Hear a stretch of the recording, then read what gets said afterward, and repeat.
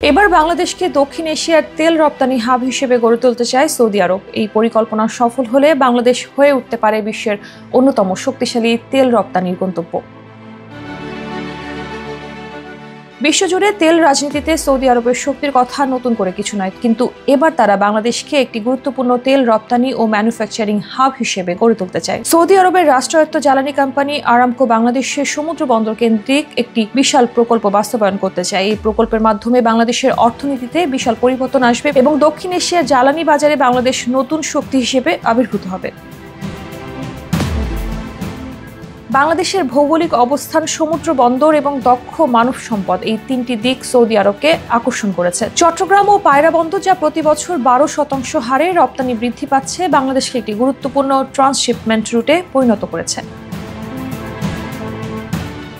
এই প্রকল্পের মাধ্যমে সৌদি আরব বাংলাদেশে তেল পরিশোধন করার জন্য আধুনিক কারখানা স্থাপন করবে। আরামকো এই কারখানাগুলোর মালিকানা এবং পরিচালনা করবে। তেল পরিশোধন করে এই তেল রপ্তানি করা হবে ভারত, চীন, পাকিস্তান, শ্রীলঙ্কা এবং অন্যান্য দক্ষিণ এশিয়ার দেশগুলোতে।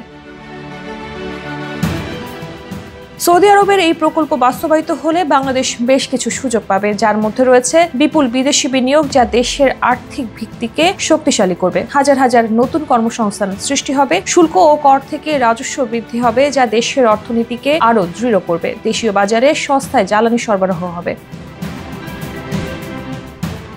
বিশ্ববাজারে তেল সরবরাহ বৃদ্ধির লক্ষ্যে সৌদি আরব 2027 সালের মধ্যে 1,30,00,000 ব্যারেল তেল উৎপাদনের লক্ষ্যমাত্রা নিয়েছে, কিন্তু তাদের নিজস্ব পরিশোধনাগারগুলো অতিরিক্ত উৎপাদনের জন্য প্রস্তুত নয়। তাই তারা বাংলাদেশকে এই প্রকল্পের জন্য আদর্শ স্থান হিসেবে বেছে নিয়েছে।